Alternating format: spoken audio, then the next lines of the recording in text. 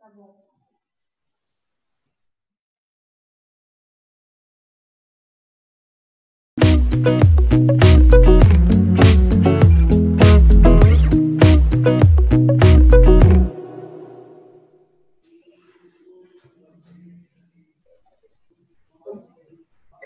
Olá, meus amigos e minhas amigas, estamos participando aqui de mais uma live. Hoje, nesta terça-feira, o nosso programa é Cuidar Bem de Santo André. Eu tenho a alegria e a honra de receber aqui alguns companheiros e companheira que, juntos comigo, têm militado, atuado bastante na nossa cidade, ajudando a cuidar da nossa cidade, a pensar propostas e discutir as ações que estão sendo tomadas em relação ao combate do coronavírus.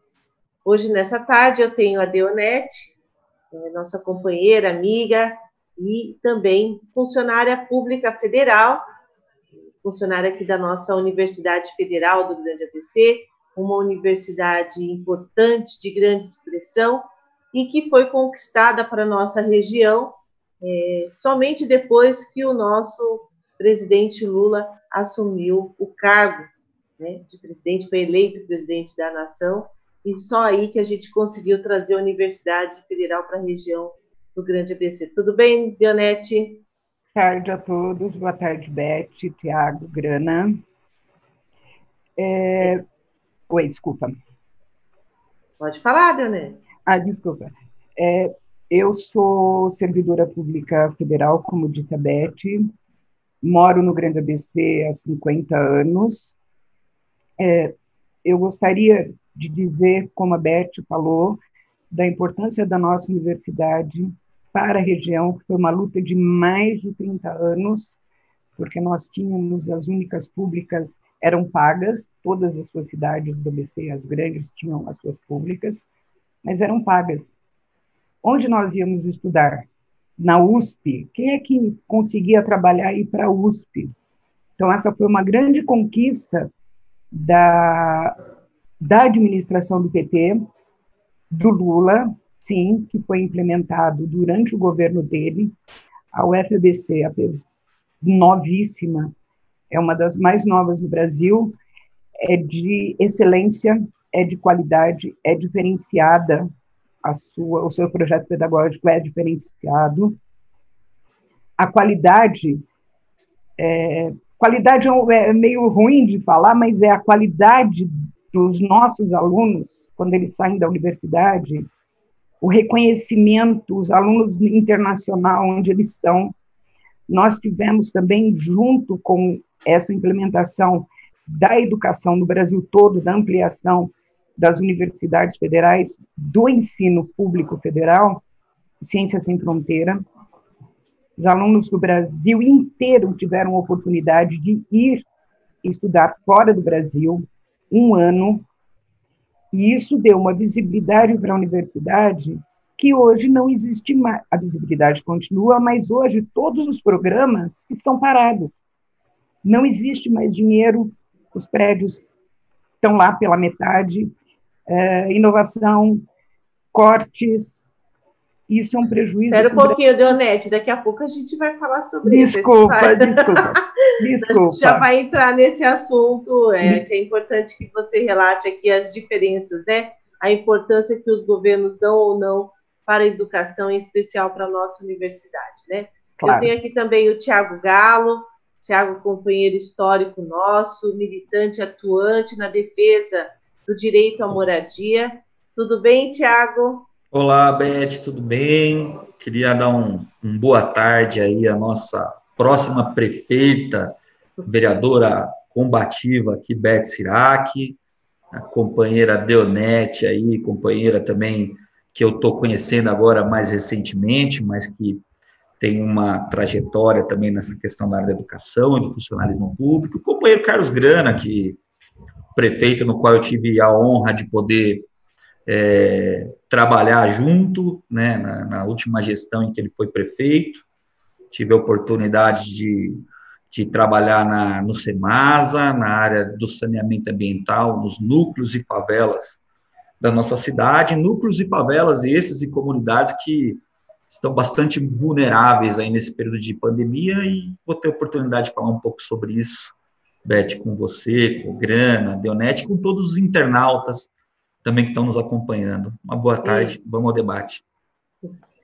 E agora o nosso companheiro foi deputado estadual, foi prefeito da cidade de Santo André, construiu a sua história aqui, né? Um prefeito que cuidou da cidade de verdade, o nosso querido Carlos Grana, ex-prefeito da cidade de Santo André. Oi, Grana. Boa tarde, nossa querida vereadora, próxima prefeita de Santo André, Beth Sirac, cumprimentar a Deonete. Talvez ela não se lembre, mas nos anos 80 eu tive o prazer de te conhecer, na militância política aqui na cidade de Santo André. Prazer enorme estar contigo nessa tarde. Ao Tiaguinho, que eu tive o prazer de conhecer na minha infância, ao seu avô, Sr. Afonso, ao seu pai, toda a sua família, pois nascemos no mesmo bairro, na Vila Palmares, portanto é um orgulho. E, particularmente, estar com você, Beth, parabenizar pelo trabalho que você já desenvolveu, está desenvolvendo em nossa cidade e nessa luta, né? Contra aí o combate a essa pandemia que assolou a humanidade e que nos faz, neste momento de distanciamento físico, porém, uma aproximação social através, graças a Deus, da internet. À sua disposição e cumprimentar todos que estão nos acompanhando, né? Isso, aqueles que estão aí, gente, né? Que nessa tarde de terça-feira a gente se confunde, né? Porque hoje é dia 19, mas daqui a pouco vai ser mudança de calendário. Estamos até preocupados, vamos antecipar até o Natal, o Ano Novo. Daqui a pouco, quarta-feira que vem, a gente vai ter que soltar rojão à meia-noite. Brincadeiras à parte, né? Mas é o momento que nós estamos vivendo. Então, uma saudação aí a todos que nos acompanham pelas redes sociais. Eu gostaria, obrigada, Grana, eu gostaria de apresentar aqui alguns dados para os nossos internautas, para os nossos convidados, convidadas. Bom, a região do Grande ABC tem hoje 3.996 pessoas contaminadas pelo coronavírus. Na região do Grande ABC, 391 mortos. A letalidade é alta, é a maior da região, a maior do estado de São Paulo, né? A região do ABC apresenta o maior índice de letalidade, né? Infelizmente. O isolamento também, ele tem variado, não só na cidade, mas também na região, em torno de 48, 52, depende. Se é final de semana, é uma realidade. Se é dia de semana, é outra realidade. Então, há dias que Santo André já chegou a atingir adesão do isolamento de 48%, 49%, ou seja, muito aquém do que determina ou do que, na verdade, orienta a Organização Mundial da Saúde, que seria de 70%. Então, o estado de São Paulo, a região do Grande ABC, tem tido problemas, sim, em relação ao isolamento, a adesão do isolamento, e daqui a pouco a gente vai discutir o porquê, né, desta adesão ou não, né? Enfim, Santo André, nós temos 1.139 casos sendo investigados, aliás, confirmados, né, de coronavírus, outros tantos ainda estão em análise, e 104 óbitos, ou seja, a gente também tem um número de letalidade aí em torno de 10% dos números absolutos. Claro que a gente sabe que esses números, eles são parciais, porque a gente não tem teste, né, que a vontade que desse conta de a gente poder avaliar esse resultado de fato, né? Então, um pouco dessas informações, elas são importantes para nortear o nosso debate aqui. Eu sei que o Grana tem feito bastante um debate, tem acompanhado as suas redes sociais, as suas entrevistas, em relação ao pedido do teste, né? A importância de se ter os testes, porque é ele que vai basilar aí toda, ou deveria basilar aí toda a ação da administração pública sobre flexibilização ou não, sobre contenção de isolamento mais num local do que no outro. E aí eu queria que o Grana falasse um pouco conosco nesta tarde sobre isso, Grana. Obrigado, Beth. Bom, primeiro, que nós já estamos há mais de 2 meses, né? Desde que foi iniciado o processo de quarentena. Eu me lembro muito bem que, por iniciativa da Beth, da bancada do PT, quando tiveram, antes do recesso, né, ou melhor, antes do encerramento lá das sessões presenciais na Câmara, vocês fizeram uma solicitação muito importante, que foi criar um comitê da cidade, com a participação do Executivo, Legislativo, sociedade civil, e cobraram claramente o prefeito para constituir esse comitê. E qual é o grande problema da gestão do PSDB, do prefeito atual? Ele não deu a mínima atenção para que seria, para a cidade, um instrumento fundamental para que nós pudéssemos enfrentar essa crise, a pandemia do Covid-19, de forma coletiva. As ações pudessem ter sido discutidas, avaliadas. Claro que muita coisa foi feita nesses 2 meses, mas muitas vezes de forma atrasada.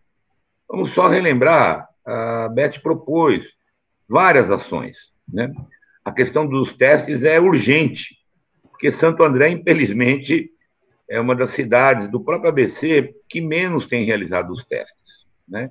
O balanço que eu tenho é que de início de maio até agora foram feitos 10 mil testes.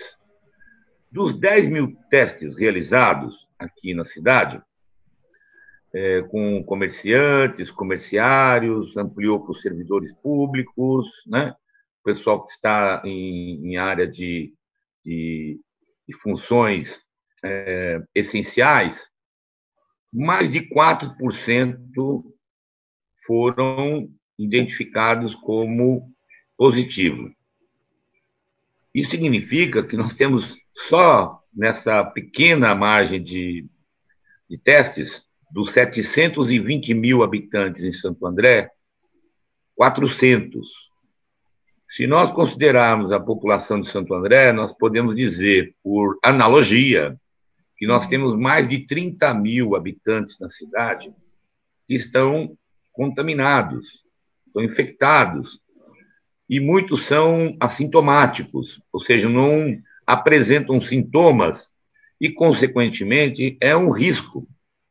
Alguém disse essa semana que essa condição significa gasolina no fogo, ou seja, as pessoas estão circulando, mesmo com máscaras, que também não é uma garantia de que haja a neutralização da transmissão, ela diminui, mas é uma condição muito ruim. Compara com São Caetano, que tem 5 vezes menos o número de habitantes na cidade. Já atingiu quase 30 mil habitantes. Então, Santo André está deixando a desejar nessa questão dos testes. Poderia também ter acertado em outras ações, para concluir e passar para a Deodete e para o Tiago, mas, por exemplo, a questão das merendas. A distribuição era de 15 em 15 dias, já está de forma muito complicada, foi distribuída de forma desorganizada, ou seja, as pessoas estão passando 30 dias e não estão recebendo a cesta básica da merenda escolar, que já foi paga. A questão dos transportes, que a Beth, na época, destacou muito, que eles queriam parar. Olha o absurdo, o transporte municipal por conta do consórcio, como se isso resolvesse. Como é que é transportar a população? E o que mais me preocupou, e a Beth batalhou junto com a bancada, foi aquela derrapada que ele deu, o prefeito, de tentar abrir o comércio. né? Ali no início de abril, né? Ou melhor, por volta do dia 21 de abril, nós estamos um mês depois e a curva continua ainda ascendente. Então, tem equívocos muito complicados que a gestão atual fez, e a gente tem cobrado.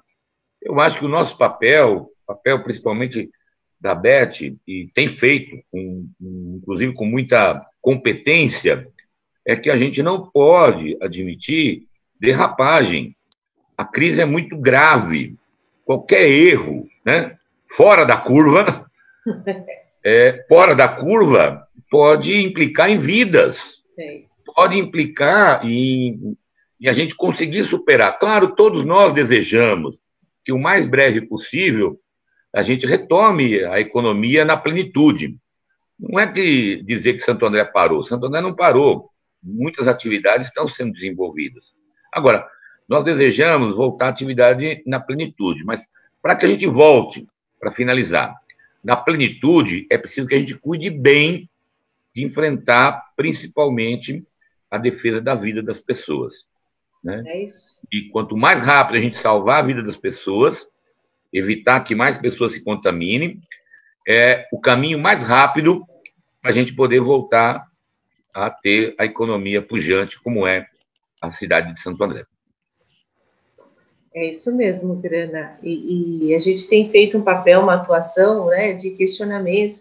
Às vezes as pessoas, existe aí uma distorção de achar que à medida que a gente pergunta, questiona, é porque está fazendo oposição. Não é isso, nós estamos exercendo o nosso papel, o nosso dever e o direito de, primeiro, de fiscalizar e, segundo, de contribuir aí com a nossa cidade. Esse é o nosso papel, né? Cada um exercendo a sua função conforme determina a legislação, né?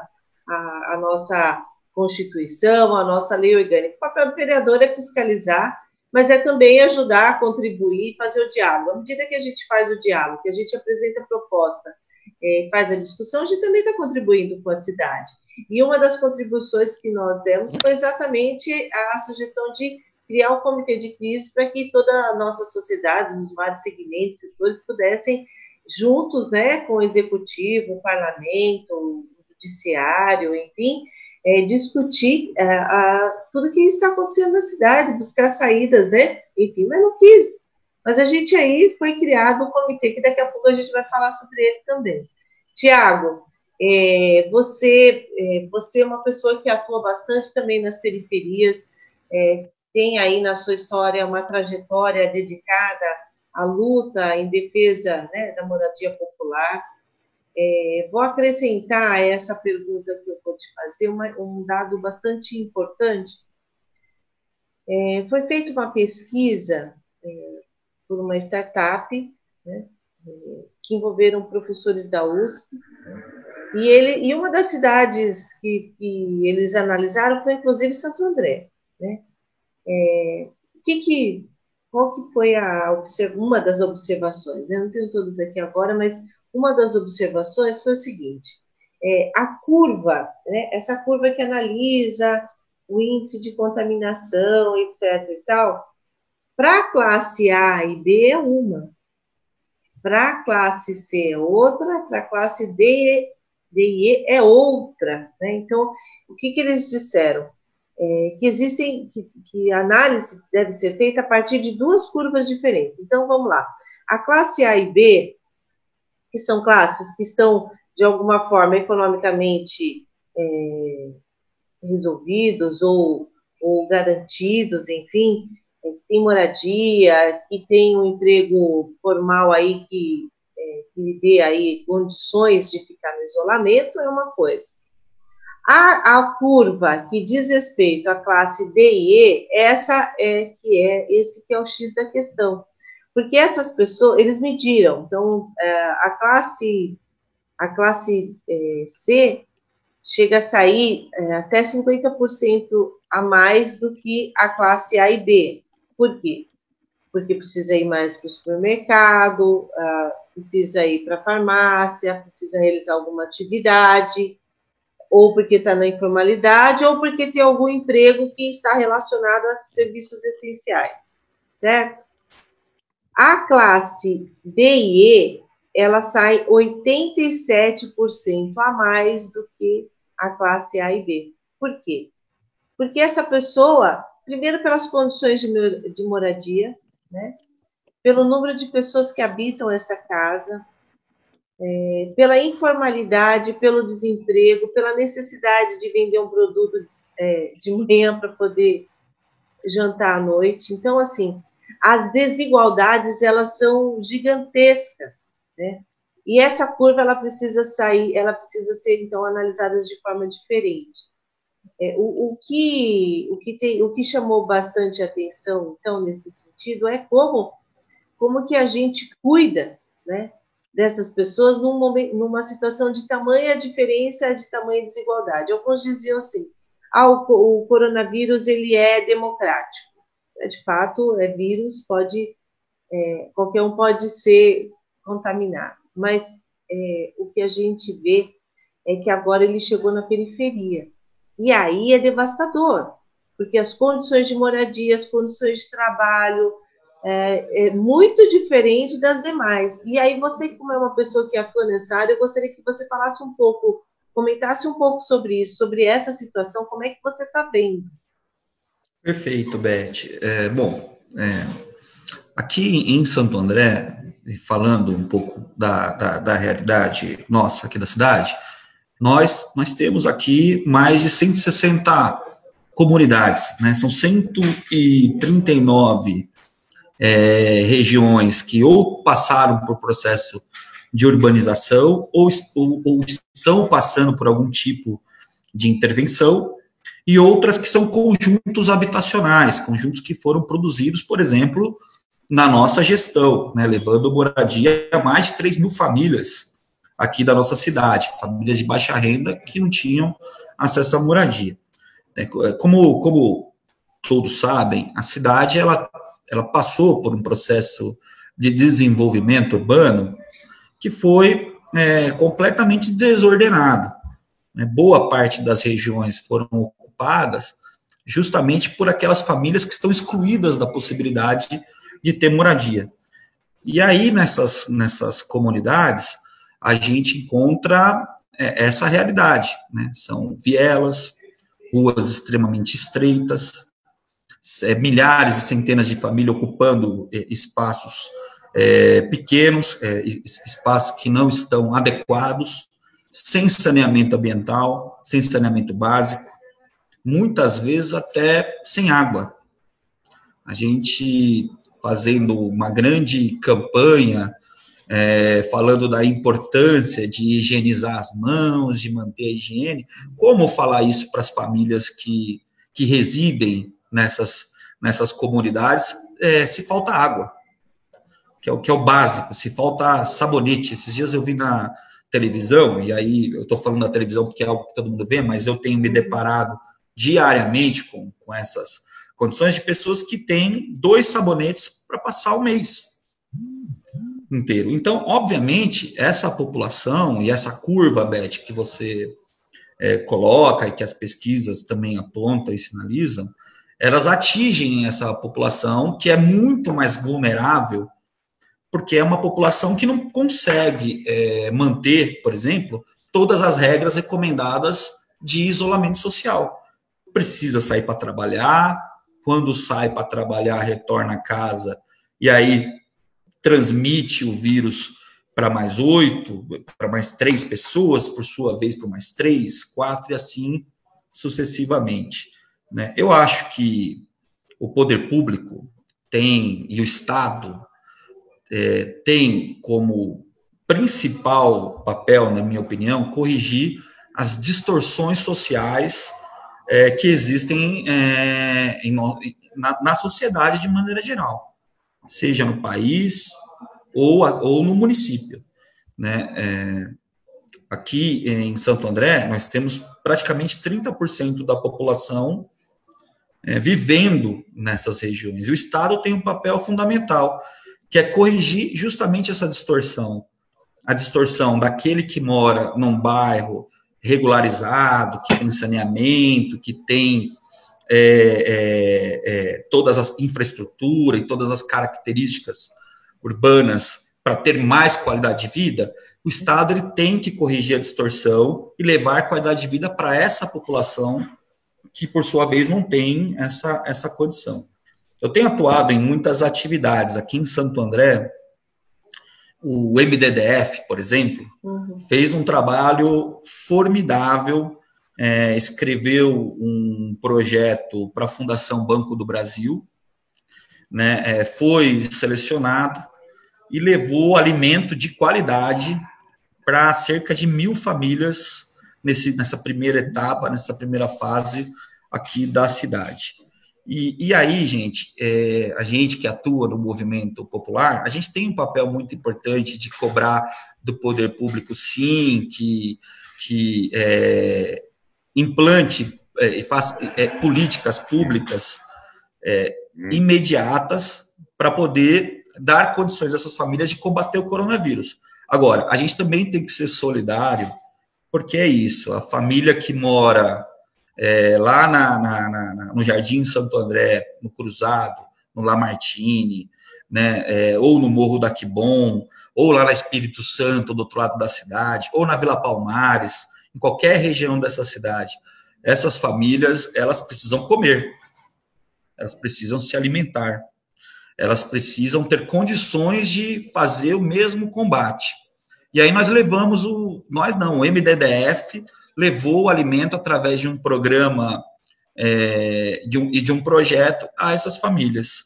Então, eu acho que o movimento popular, a gente que atua na CMP, na União dos Movimentos de Moradia, tem sim, e continua tendo o papel de cobrar do poder público essas ações, como também de ser solidário, de pensar no coletivo, ser solidário e tentar, com as armas que tem, lutar para que essas famílias tenham condições de fazer isso. O Estado deveria ter esse papel, e tem pecado muito quando a gente vê, por exemplo, um presidente da República que não respeita nenhuma regra de isolamento social, que não respeita nenhuma orientação da Organização Mundial Social, que não respeita a comunidade científica, inclusive, né, e que condena boa parte da população a ficar doente. Quando ele diz que 70% da população vai pegar doença e que uma parte dela vai morrer, e que a gente tem que aceitar isso, quando ele coloca isso como principal política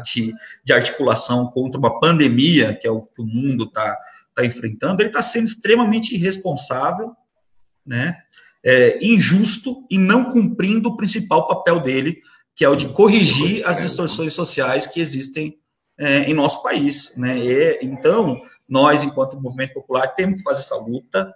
Eu acho que o partido também nosso tem feito esse debate, esse enfrentamento a nível nacional, estadual e municipal, e precisamos corrigir, né, essa população que está à margem da sociedade, que mora em cima do rio, que mora em cima do morro, né, que não tem acesso à água, que não tem acesso a saneamento básico. É uma comunidade, é uma população que sempre existiu, sempre esteve aqui, mas que agora o povo está muito mais sensível a isso. E eu acho que agora a gente tem que exigir políticas públicas mais efetivas, Beth. Então, penso que a cidade aqui de Santo André tem feito muito pouco nesse sentido, né? Eu vejo, por exemplo, esses dias eu vi lá próximo do Jardim Cristiano, eles fazendo um processo de desinfetar as ruas, e quando chegou na comunidade eles pararam. Eles foram até a entrada da favela. No Jardim Cristiano, isso. A gente participa de um comitê, que é o Comitê das Comunidades também, e um companheiro colocou lá, olha, vieram, mandou até a foto, vieram até aqui, mas daqui para dentro não entrou. Então, isso não é política pública, né? Não é. Então é isso. Obrigada, Tiago. É interessante, né, como as coisas se revelam, né? Qual é o enfoque? É muito mais a paisagem, é muito mais o visual, né, de quem passa pelas grandes avenidas do que socorrer quem de fato precisa ser socorrido, que são os vulneráveis. E daqui a pouco a gente volta a falar sobre isso. Deonete, você é servidora federal, você é servidora da Universidade Federal, como a gente havia dito. A Universidade Federal tem sido também exercido um papel bastante importante aqui na nossa região, né? Eu fiz uma live com o pró-reitor de extensão e ele me contou assim vários projetos que a universidade tem desenvolvido aí sobre os respiradores, sobre o álcool gel, enfim, tem tido aí todo um envolvimento da nossa universidade no combate ao coronavírus. E é simbólico para nós, né? Nós que lutamos aí para ter uma universidade pública na região e que a gente só conquistou ela através do governo Lula. Eu queria que você falasse um pouquinho disso, né? E até os alunos estão envolvidos voluntariamente nesse processo também, não é? Sim.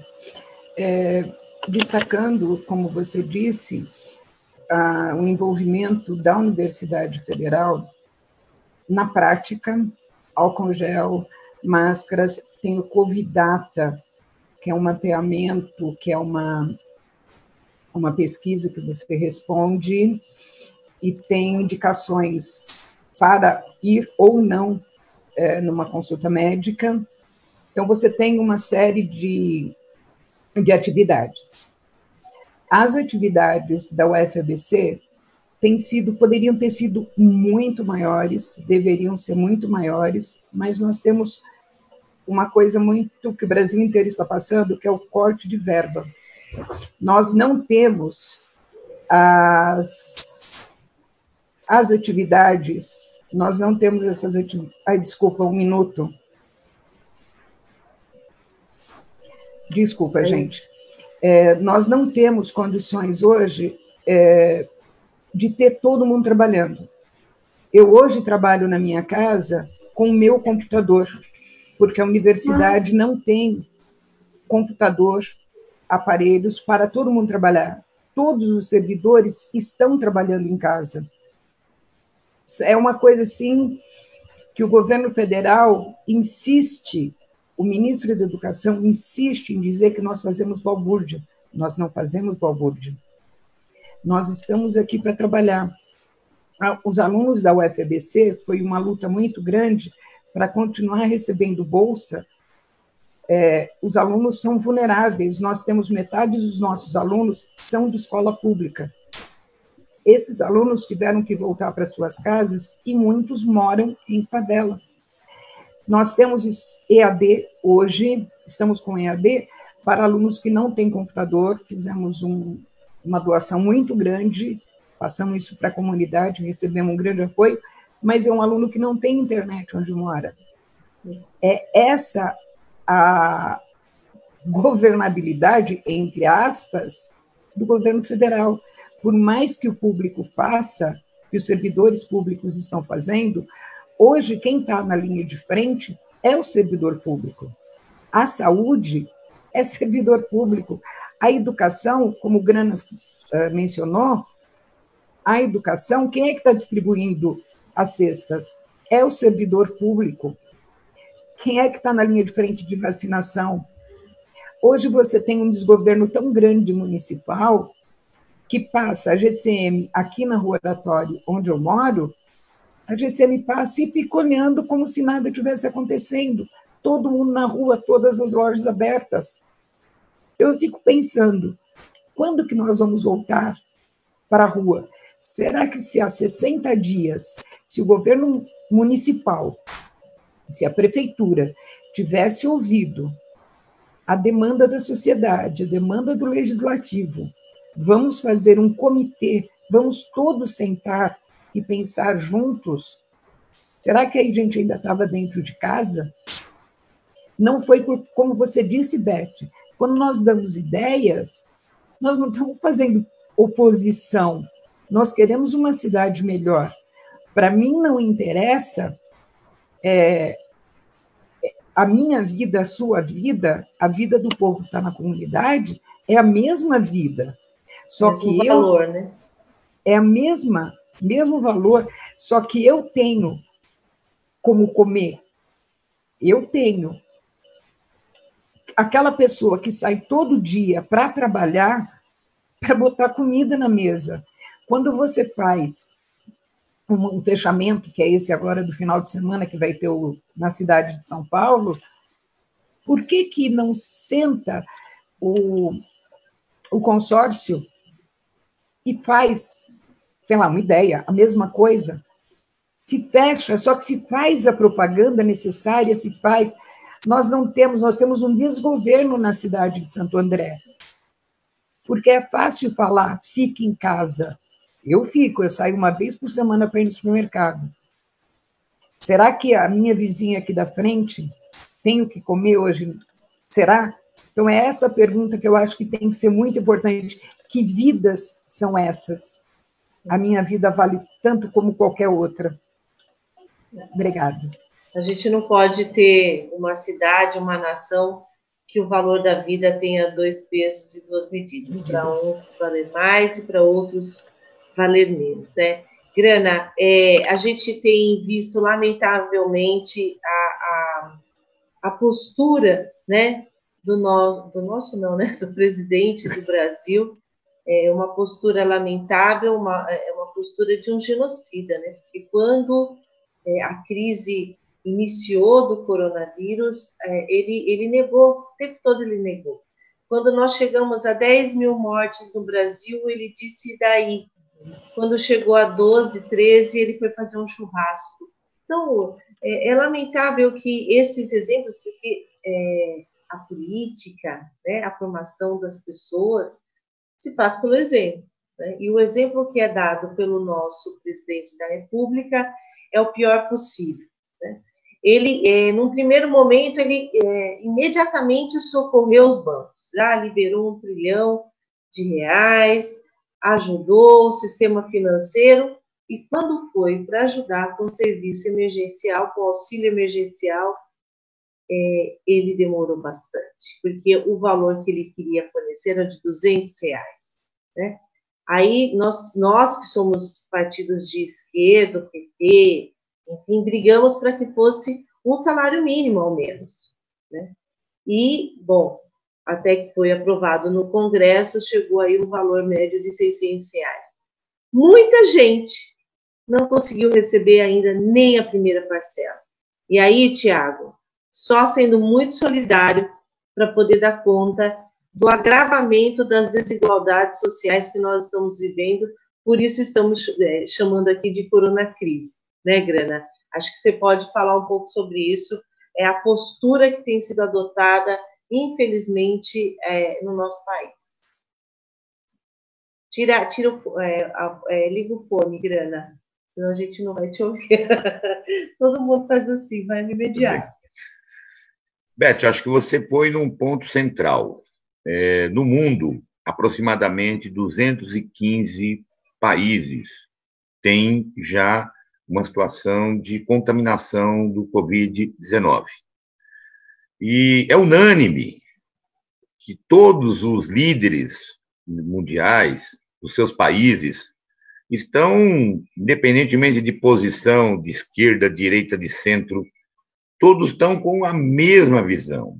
Que enquanto nós, a humanidade, não descobrirmos o remédio, a vacina, o isolamento é a única arma que nós temos. Então, o presidente Bolsonaro, infelizmente, ele parece que ele é o único certo e o mundo todo está errado. Isso nos causa muitos problemas, porque isso atrapalha, por exemplo, o movimento dos governadores. Os 27 governadores têm, né, defendido a ideia do isolamento e do distanciamento social. Os prefeitos, na sua imensa maioria, também têm defendido. E, consequentemente, na medida em que você tem o prefeito, o governador, mas o presidente da República com uma outra narrativa, com uma outra orientação, cria-se confusão. Não é à toa que, em menos de um mês, ele mudou 2 vezes o seu ministro da Saúde. Isso é um absurdo durante uma pandemia. Né? Então, realmente não tem a responsabilidade, não está à altura de ser um presidente da República. Né? Eu não sei qual é o melhor mecanismo. Né? Bom que ele renunciasse, pedisse desculpas para a nação e a gente pudesse reconstruir o Brasil em outras condições. Nós já tivemos a felicidade de ter um presidente como o nosso presidente Lula. E é interessante, né? Agora nós podemos ter algum programa de renda mínima, porque nós temos o cadastro único, criado pelo presidente Lula. Nós temos, né, o Bolsa Família, que é também uma base para a distribuição da renda mínima, desse auxílio emergencial. E que, diga-se de passagem, né, além do que você mencionou, ele está tendo muitos problemas. Mais de um terço não recebeu sequer a primeira parcela. Parece que o presidente aposta no quanto pior, melhor. Ele aposta no caos. E cria uma instabilidade. Para quê? Provocar que as pessoas queiram voltar a trabalhar de qualquer jeito. E não dá para trabalhar de qualquer jeito, né? Além do que, quando você pede para as pessoas ficarem em casa, é preciso que o Estado, federal, governo estadual, governo municipal, garanta as condições. É isso. Eu vejo, por exemplo, aqui o discurso do governador de São Paulo, o João Dória, é o discurso de fique em casa. Agora, ele tem deixado muito a desejar, em vários aspectos. Primeiro, a Sabesp é governada e é majoritariamente do governo do Estado. Está faltando água. Sim. Inclusive aqui em Santo André. Exatamente. Relatos que eu tenho aqui, ó, da Borda do Campo, Recreio da Borda do Campo, do Jardim Santo André, até daquele conjunto que nós tivemos o prazer de inaugurar, junto com o pessoal do MTST, aqui em Santo André, 980 unidades, que atendeu uma parte do movimento e uma parte também o pessoal nosso, que estava no auxílio moradia. Sim. Eles me relataram hoje que está faltando água lá no conjunto. Como é que você fica em casa e não tem as condições? Então, água, energia elétrica e a garantia da alimentação. Outro erro do Dória. O Dória só atendeu uma pequena parte dos alunos da rede estadual. Nós temos 3,5 milhões de alunos. Ele atendeu, pelo que foi noticiado, algo em torno de 20%. Então, 80% dos alunos da rede estadual não estão tendo ajuda nenhuma. E já não vão para 2 meses. E nós não temos ideia se vai voltar agora no mês de junho ou vamos ter que prorrogar. Pelo andar da carruagem, e como o índice de isolamento não supera os 50%, a tendência é de se prorrogar. Vamos ter aí o feriadão prorrogado, mas não é uma garantia de que nós vamos no dia seguinte, porque a pandemia é uma coisa diferente de outras epidemias. Então, nós temos que prestar atenção. E, por fim, o governo municipal, né? O governo municipal também tem que dar as garantias, né? E não só querer atender um segmento ou outro. É preciso ter mais empenho. E isso que eu lamento por parte do governo municipal em não ter democratizado as decisões envolvendo os principais atores, né? Eu acho que é o que está acontecendo. E eu até acredito que não é fácil. Eu me coloco, às vezes, na função do atual prefeito, porque eu já fui prefeito. Não são fáceis as demandas. Mas eu acho que ele até, inclusive, deve estar muito arrependido, né? De ter feito campanha aberta, né? Pelo golpe contra a presidenta Dilma e ter o descaramento de ter apoiado o Jair Bolsonaro, que agora ele tenta se escapar, né? Eu não sou nem Bolsonaro nem Dória, eu sou Santo André. Não, peraí, meu querido. Você, o teu dedinho lá, você apertou a tecla lá.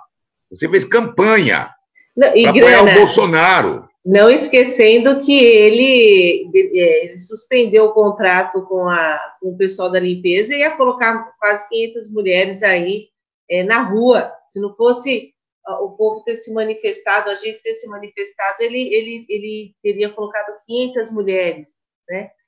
Numa situação de vulnerabilidade. Então, é mesmo a política. Muito política, marketing, muito... Política. Aliás, Hoje eu recebi na Câmara, só para vocês saberem também, a gente vai estudar esse documento, porque não quero ser leviana, eu tomo muito cuidado com as coisas, né? Mas o Tribunal de Contas fez alguns apontamentos aí na lei da transparência, porque parece que ele atendeu parcialmente as informações sobre os gastos com os recursos para a pandemia. Então, é uma coisa que a gente vai também olhar isso, porque o dinheiro público é escasso e ele precisa ser devidamente cuidado, né? Ainda mais nesse momento. Ô, Beth, só para terminar, ou seja, o papel seu, dos vereadores, nosso, da sociedade civil, quem tem alguma responsabilidade sobre os rumos da cidade, tendo ou não mandato, tem o direito de cobrar. Qualquer cidadão comum tem o direito de cobrar. E, às vezes, ele tenta desqualificar. O que é desqualificar? Dizer, não, isso aí é política. Não, tudo é política. Nós não podemos partidarizar.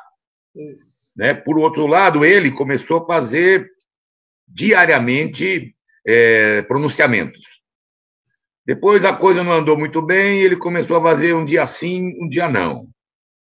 Agora está fazendo um por semana. Não está nem lendo o que o pessoal questiona lá na live dele. Então, o que a gente, enquanto sociedade civil e responsabilidade que temos com os rumos da cidade, nós não podemos nos calar.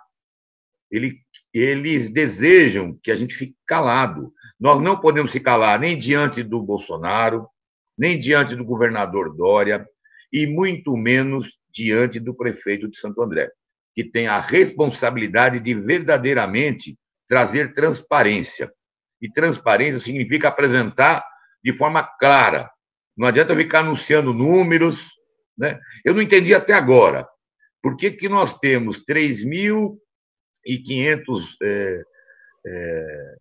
pessoas confirmadas aqui na cidade, mais de 100 agora, com certeza que tiveram o óbito, e tem mais de 7.000 pessoas aguardando análise dos testes.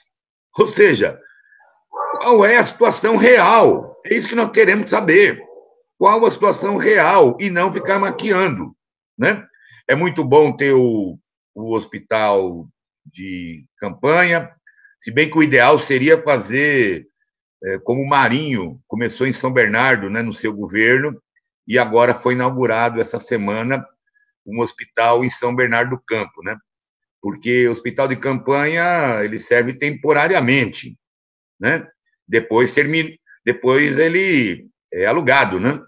Então depois não fica nada. O ideal seria que tivesse, né, tanto anúncio de investimento, né, que não teve absolutamente nenhuma unidade de saúde nova. O que foi feito foi reformado, pintado, arrumado, maquiado. Cadê? Realmente, na hora que vem uma crise como essa, o que acontece? Tem que contratar e colocar um hospital de campanha para cobrir emergencialmente. Não que isso não seja necessário, volto a dizer. Porém, o ideal teria que ter sido feito planejamento. E agora não tem como ficar colocando a culpa nos governos anteriores, né? Porque, afinal de contas, já são quase 4 anos à frente da prefeitura. Então, eu sou muito crítico, duro, e acho que nós temos que continuar cobrando. Esse é o nosso papel como liderança e como os agentes políticos e públicos na cidade de Santo André. Da mesma forma que o Tiago está cobrando mais atenção aos núcleos habitacionais, ao nosso povo que mais vai sofrer, porque ela não é democrática, ela vai atingir os mais pobres, ela vai atingir aqueles que mais necessitam. Por isso, a nossa atenção, a defesa de atender o máximo possível. Da mesma forma, a Deonete defendendo o papel da universidade, o papel da educação, porque uma coisa é certa, para terminar, uma lição nós estamos ganhando nessa crise toda, que aquela ideia de que o Estado tem que ser mínimo e o mercado tem que resolver os problemas da sociedade essa foi derrotada, né? Só tem condições de enfrentar crises da humanidade com um Estado forte, com um Estado que tenha condições de exercer o seu papel, de interferir na economia, no social, na atenção às famílias, inclusive para a gente sair da crise depois, hein? Que nós vamos precisar depois discutir o pós-pandemia, que é justamente fortalecer o micro, o pequeno, as cooperativas, porque a gente vai precisar retomar, né, a nossa economia, porque ela é a base para que a gente possa ter condições de sobrevivência. Então, essa tese, digamos assim, do Estado mínimo, ela caiu por terra, e não foi só aqui no Brasil, não. Ainda bem que nós temos o SUS. Acho que a gente muita gente descobriu, a gente sempre teve razão, né, Ana? E agora... A gente sempre defendeu o SUS, né? Pena que alguns tiraram recursos. O que falta para o SUS é maior financiamento. E é bom a gente sempre lembrar, né, que o presidente da Fiesp liderou aquele movimento, né? Porque a Fiesp não precisa de SUS, né? Os donos das indústrias, né? Eles têm o dinheiro para pagar o Einstein, os sírios libaneses da vida.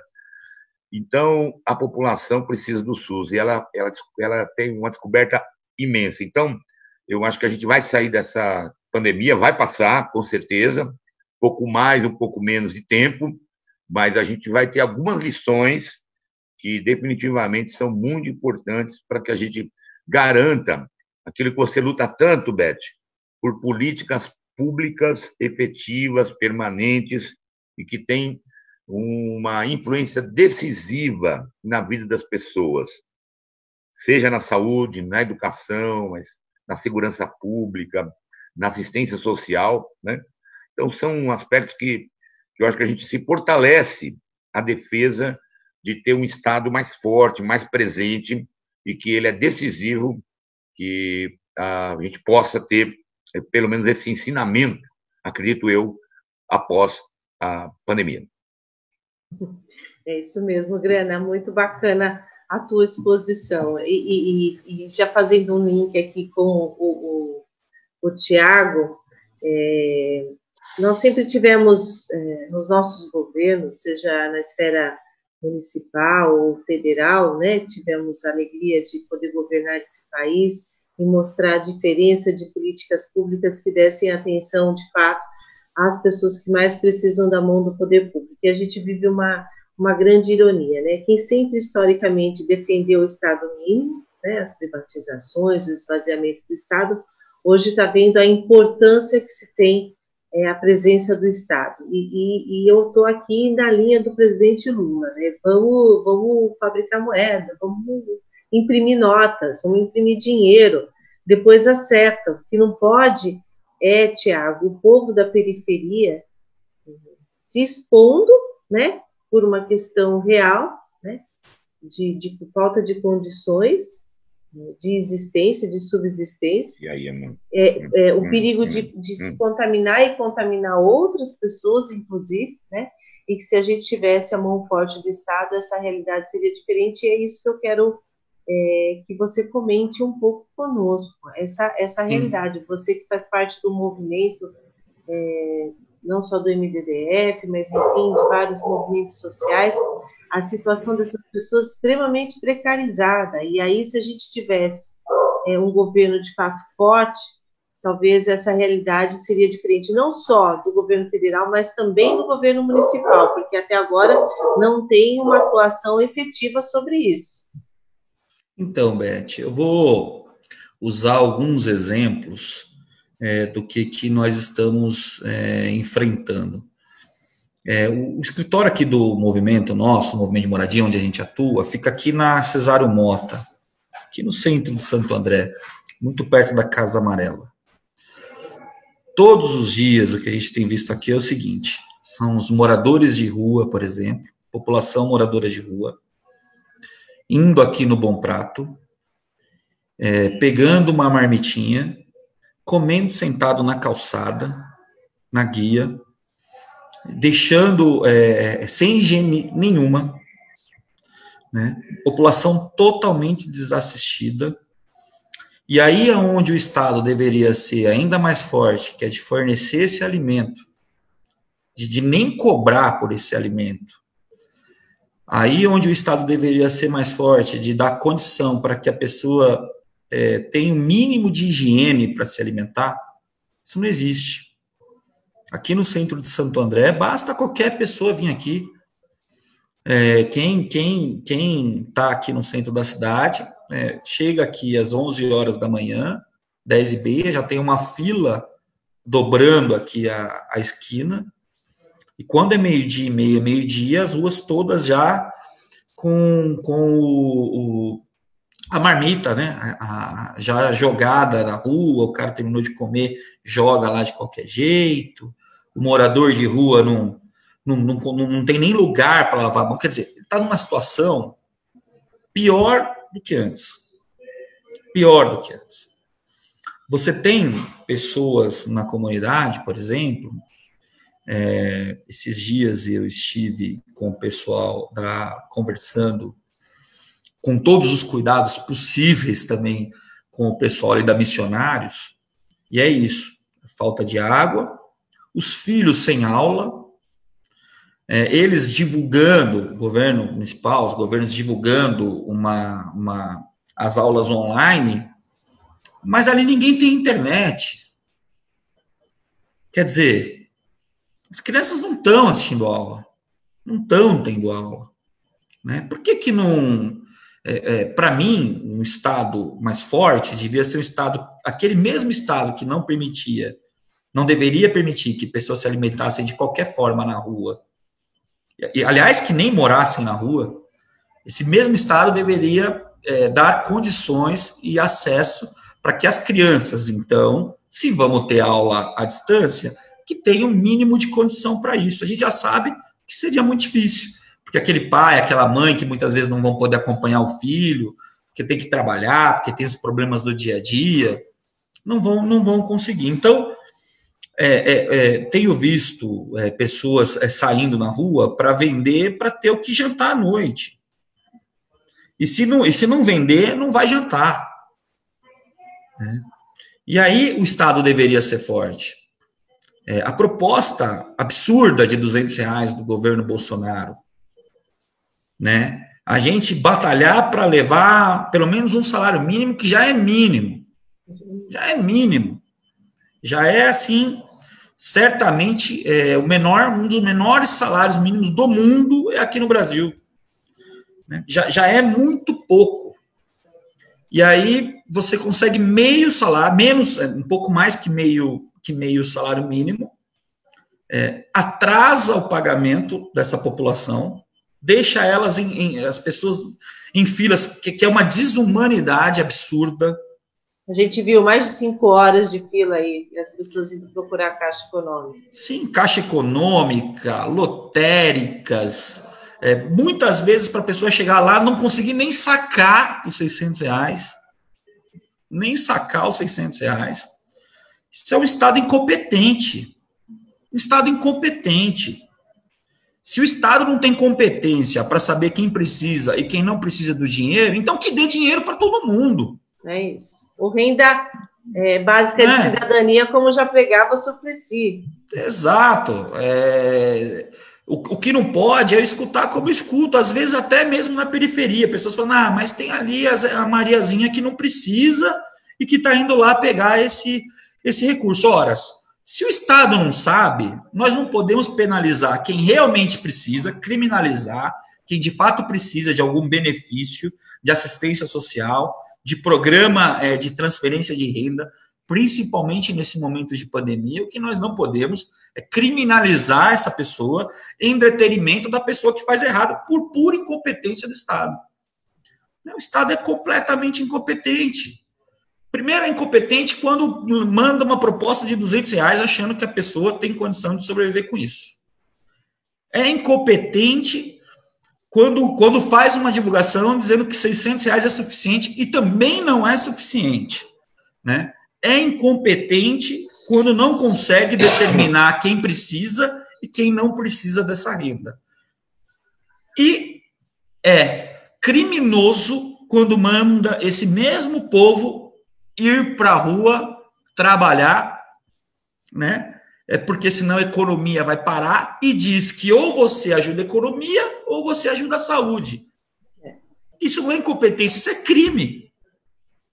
É crime. Nós temos um presidente criminoso, né? Os movimentos populares, onde a gente atua, a Central, a CNP, a União dos Movimentos de Moradia, os movimentos aqui do Grande ABC, o MTST, nós não arredaremos pé da luta enquanto não garantir o direito desse povo, né? O governo federal está despreparado e desconhece, está desconectado da realidade desse povo. Ou ele está desconectado, ou de fato é criminoso.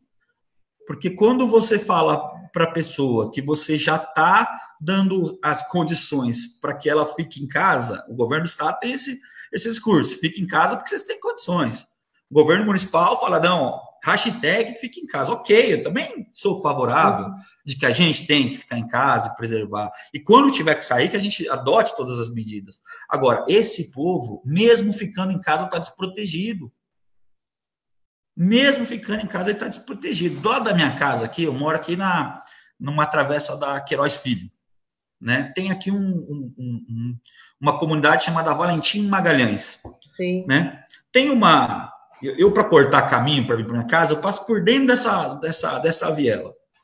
E o que eu tenho visto? Eu tenho visto as pessoas todas, como sempre, as portas abertas, sentado na vielinha, conversando, trocando ali a latinha de cerveja, tomando aguinha, fazendo churrasquinho, como sempre. Né? Por quê? Porque é quase insano achar que pode ser diferente ali, porque o Estado não oferece condições para que seja diferente. Né? O governo municipal não oferece condições para que seja diferente.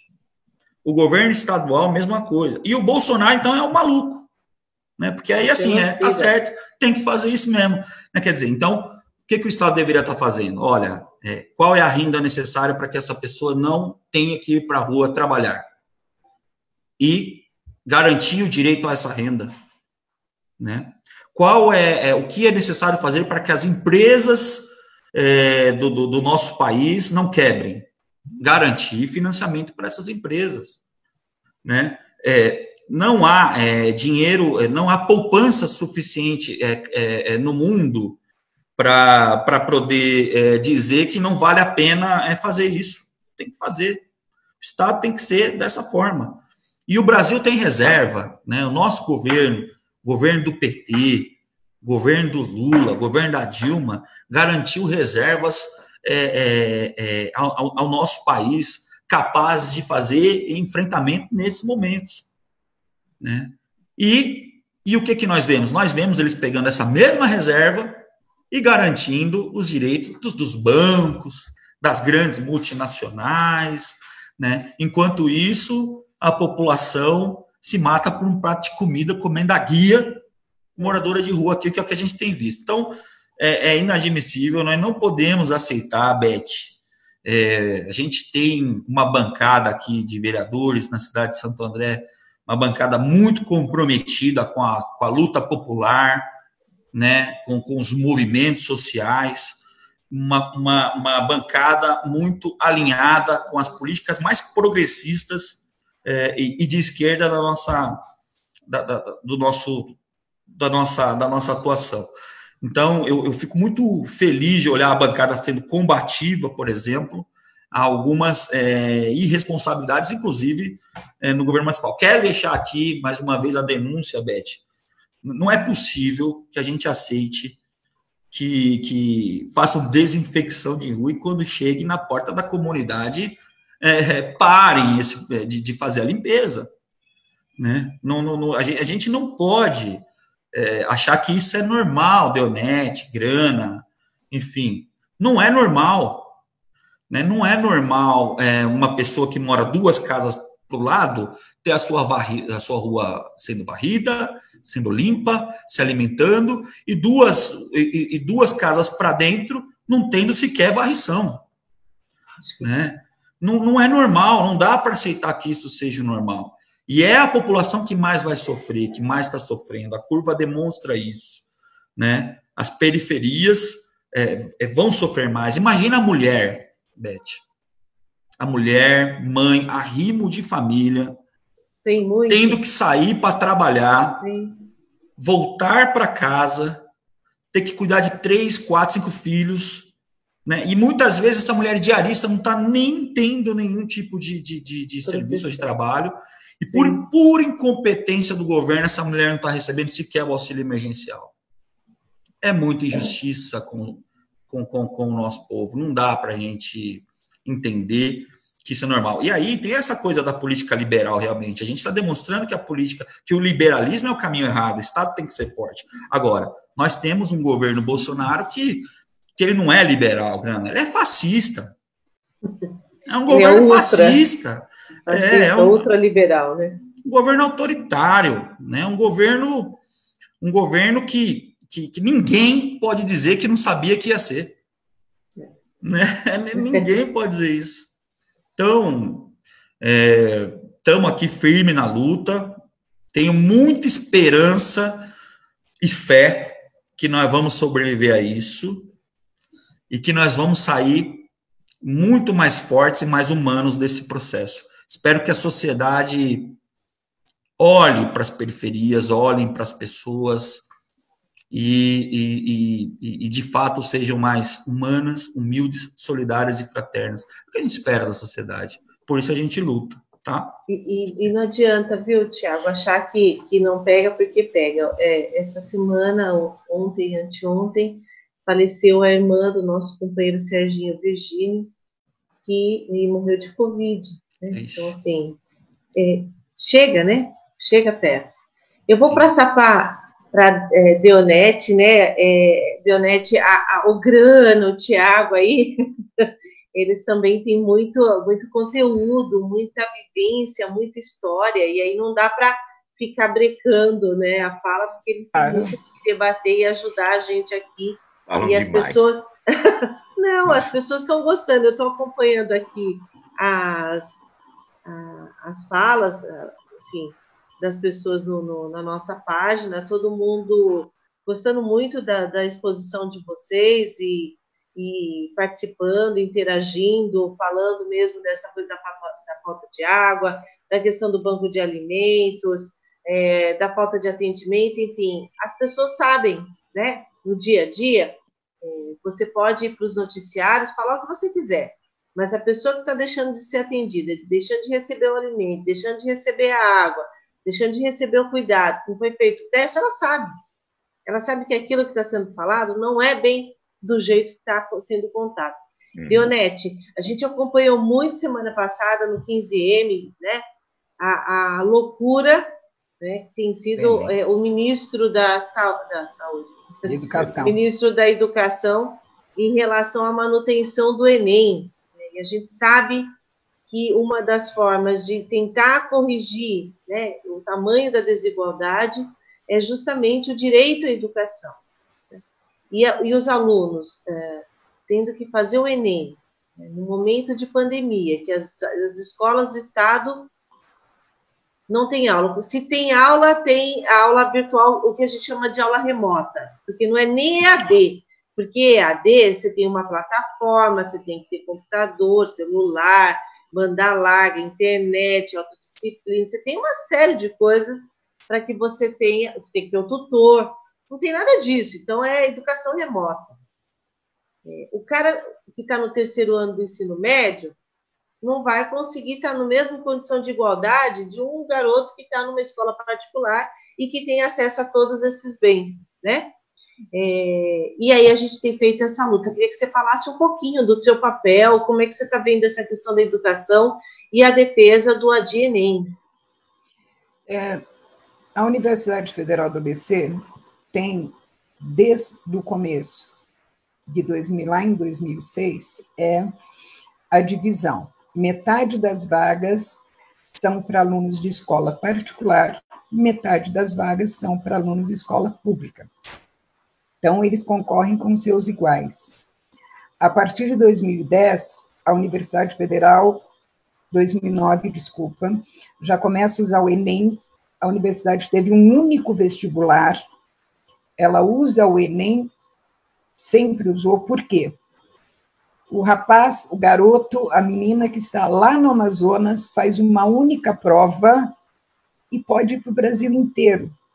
Quem tem dinheiro para pagar 150, 200 reais para fazer uma USP, uma FUVEST, e viajar para fazer a FUVEST, viajar para fazer a federal as estaduais. Então, eu acho que o Enem, a herança do governo Lula, é a coisa mais democrática para se entrar numa escola, numa universidade pública. Inclusive, as escolas particulares de segundo grau fazem propaganda, né? A melhor propaganda deles é tivemos X alunos que entraram na universidade pública. Olha que propaganda legal. Então, nós somos muito bons, nós somos muito bons. Nós somos os desenvolvedores de ciência no Brasil. Hoje se faz ciência 99% no público. É na escola pública, nas federais, nas estaduais. Você tem hoje, eu vou usar um exemplo, o álcool em gel. O álcool em gel. Quem é que descobriu que o álcool em gel serve para? Foi no público. Hoje você faz um mapeamento de onde vai ter um OBS. Quem faz esse mapeamento? É gente do público, porque você não coloca um OBS aqui no Parque das Nações e a outra OBS ali na Rua Oratório, uma do lado da outra. Não tem sentido. Você faz um mapeamento de que especialidade eu preciso ter mais pediatra ou eu preciso ter mais clínico geral. Eu tenho uma população mais idosa. Então, onde você vai colocar creches? Isso é ciência, isso não é achismo. A administração pública não faz achismo. Não, quer dizer, não deveria fazer, né? Porque é o achismo. Você tem aqui em Santo André, você teve o desmonte de quantas UBSs? Será que o hospital de campanha hoje se faria tão necessário? E, para mim, o hospital de campanha foi propaganda eleitoral? Sim. Óbvio, foi feito lá no começo, não se sabia quantos iam ser necessários. Mas será que se os UBSs estivessem funcionando, ter construído um hospital, como o Grana disse, olhar para as comunidades? Então, assim, você tem um desgoverno total. Um governo que foi chamado, um governo municipal que foi chamado várias vezes, o consórcio foi chamado várias vezes para a universidade, para conversar dentro da universidade, e eles não deram a mínima atenção, porque nós temos hoje os nossos alunos, onde eles estão? Eles estão em casa, eles estão desassistidos, eles estão na comunidade. Tem aluno nosso na comunidade, sim. Tem aluno nosso que precisa da UBS. Tem aluno nosso que está vivendo a família inteira com a bolsa que ele recebe da universidade. E ele não tem internet, ele precisa sair de casa. É ciência feita dentro do público. Nós não temos dúvida de que esses desgovernos, a dia Enem, é por causa da dificuldade, da não igualdade, Agora, quem é que vai fazer o Enem em novembro, se juntando tudo numa sala, se a gente não sabe como vai ficar? Para vocês terem uma ideia, desde que começou o Enem, nunca foi marcado junto com o vestibular de universidades públicas. FUVEST, Unicamp, nunca foi marcado. Unicamp, Unesp e as universidades 3 públicas do Estado. Esse ano, os 2 dias do Enem, um combina, um vai coincidir com a FUVEST e o outro vai coincidir com a Unicamp. O aluno vai ter que escolher o que fazer. Como assim? Como assim? Nós estamos retornando a 15 anos. É um retorno, é um regresso. Por quê? Porque eles não estão nem aí. Do mesmo jeito que o desgoverno federal, o presidente, não é meu também, não está nem aí para a população, vide os R$ 600, se o cadastro único tivesse funcionando, não seria essa loucura. Se houvesse renda mínima, não importa para quem, é uma renda para todo mundo, não estaria essa coisa de maluco na rua, as pessoas não teriam que estar indo trabalhar. O governo estadual vai e volta. Será que se o governo estadual tivesse fazendo junto com o grande ABC, nós não estaríamos melhor? Será que o governo municipal, se ele tivesse não fechado as UBSs, para vocês terem uma ideia, eu sou de uma UBS que foi fechada, eu não tenho convênio, eu uso o SUS direto, eu fui em 3 UBSs para achar minha ficha. Quer dizer, como assim? É o desgoverno, e isso é o que eu vivo. E eu não estou numa comunidade, Tiago. Imagina a pessoa que está numa comunidade fica sem a cesta básica, a merenda. Como é que uma família vive com R$ 600, R$ 20 por dia? Quem é que vive com isso? Pagando aluguel, pagando luz, pagando água. Sabe? Então, assim, o desgoverno é de cima a baixo. Nós não temos tudo que o PT fez, tudo que o PT fez no Brasil inteiro. O PT fez agora, o PT fez durante anos no ABC. Eles vêm e destroem. Para eles é fácil, porque eles não vão para o hospital público. O filho deles não estuda na escola pública. Então, para eles é fácil. Eles não pegam ônibus. Eles não vão nem no supermercado. Então, para eles, é uma vida. Não, não é uma vida. Obrigada.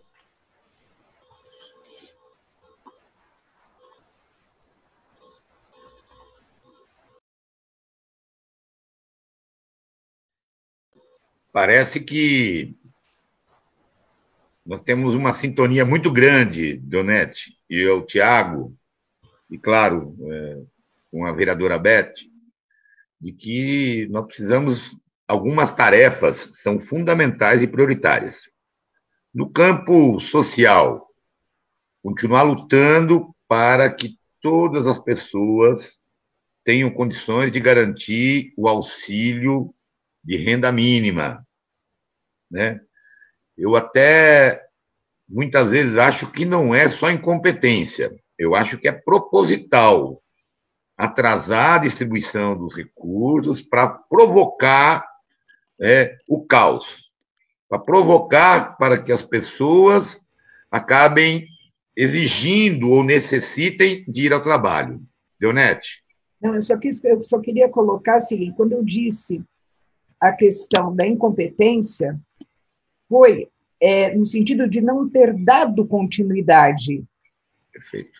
Não ter dado continuidade. Assistente social, ir lá e fazer. Então, é o governo que diz, vamos, na comunidade, fazer o cadastro único. É nesse sentido. Perfeito. Porque para eles tanto faz. Para eles tanto faz. É nesse sentido que eu quis dizer de incompetência. Não discordo de ti, não.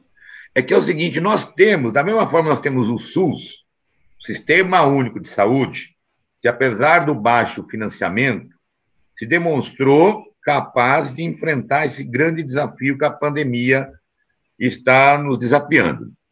Da mesma forma, na assistência social, Donete, também tem o SUAS, que é o Sistema Único de Assistência Social. Mas eles não quiseram incluir a participação das prefeituras, não quiseram a inclusão dos estados, que quem conhece o problema é quem está na ponta. Quem é que está na ponta aqui? Vivendo com as comunidades, tem o mapa da pobreza, tem a identificação das pessoas que realmente precisam. Você entendeu? Sim. Então, às vezes, eles fizeram uma coisa de centralizar só na Caixa Econômica. E aí provoca o quê? Provoca as filas, provoca as injustiças. Então, eles deveriam ter feito algo que não fizeram, que era de envolver o Sistema Único de Assistência Social, o SUAS. Santo André, nós temos 9 CRAS. Eu mesmo inaugurei 4 durante a nossa gestão. Então, há, sim, possibilidade. Pelo contrário, excluíram as prefeituras e os estados da participação da distribuição do auxílio emergencial. Então, primeiro aspecto. Então, nós temos uma tarefa, é continuar exigindo que esse programa seja atendido por todos. E mais, que ele seja permanente, ou seja, não apenas 3 meses. Porque, provavelmente, uma das medidas que nós vamos enfrentar nos próximos meses é justamente retomar a economia. Como é que você retoma a economia? Tem que dar dinheiro para o povo.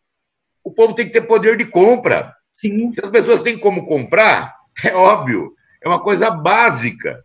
Né? Se você tem condições, olha o Bolsa Família, olha a Previdência Social.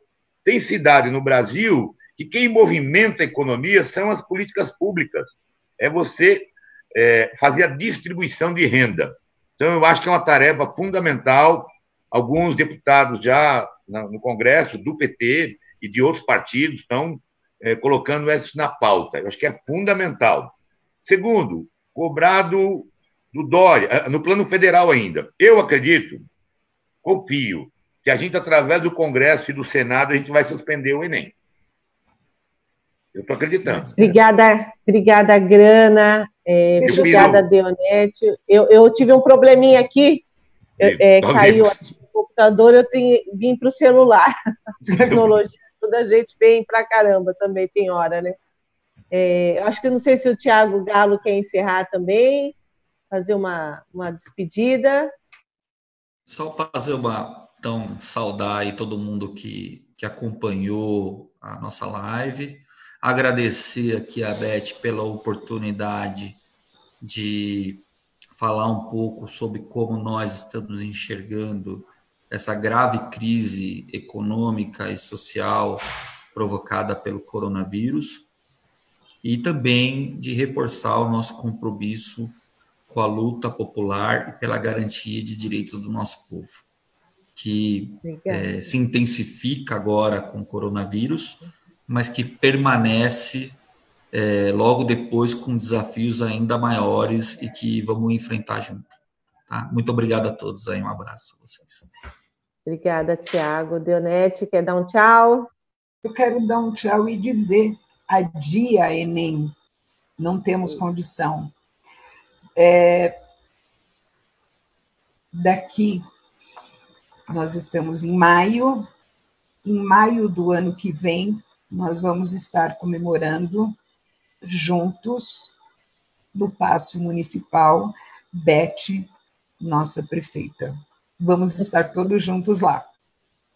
Obrigada, Deonete. Grana, obrigada aí por ter me socorrido. Só agradecer, só cumprimentar. Eu estava fazendo no intervalo aí que você estava se organizando, eu falei algumas coisas aí. Obrigada. Eu só te agradecer, Beth, cumprimentar você, cumprimentar o Tiago, cumprimentar a Deonete, aqueles que nos acompanharam aqui nessa tarde de terça-feira, dizer que no dia 1º de janeiro de 2021, eu estarei completando 55 anos de idade. Ixi, vamos ter festa dupla, tripla. E quero, viu, Nenete? Eu quero estar lá na Câmara Municipal dando posse à nossa primeira prefeita mulher, guerreira, né, da nossa cidade, Beth Tonobon Sirac. Um abraço a todos. Obrigada, Grana. Eu também quero estar lá dando posse para vocês também. Enfim, a gente descontrai um pouquinho aqui, brinca, né? As manifestações carinhosas faz parte do exercício da nossa humanidade. A gente está vivendo um período de isolamento muito difícil. Eu, assim como vocês, tenho certeza, nós somos muito presenciais, né? A nossa história foi marcada pela presença, né? Em todos os lugares, fazendo a militância, olhando o povo, dialogando, enfim, subindo e descendo o morro. A nossa história é essa, né? Então, ficar no isolamento é uma coisa que deixa a gente até deprimido, mas a gente fica mais deprimido certamente pelas condições em que se encontra o nosso povo brasileiro, o povo da nossa cidade, os vulneráveis, aqueles que precisam da mão forte do Estado, daqueles que precisam da gente. A gente ouviu atentamente o posicionamento de cada um de vocês e como a solidariedade de muita gente tem salvado vidas. Infelizmente, onde o poder público não chega, chega a solidariedade, né? Chega a união das pessoas. E isso é bacana, é um exemplo a ser seguido. Então, parabenizo vocês pelas atitudes, parabenizo pelo esforço, pelo empenho, pela preocupação com as pessoas, em especial com a nossa cidade, né? A gente espera virar essa página e contar uma nova história. Então, fico muito agradecida aí com a participação de vocês, um beijo no coração, agradecer também imensamente a todas as pessoas que nos acompanharam nessa live, e amanhã tem mais. Beijão, gente, tchau. Beijo, tchau. Se puder, fique em casa. E a Tia Enem. Tchau, Tia Enem.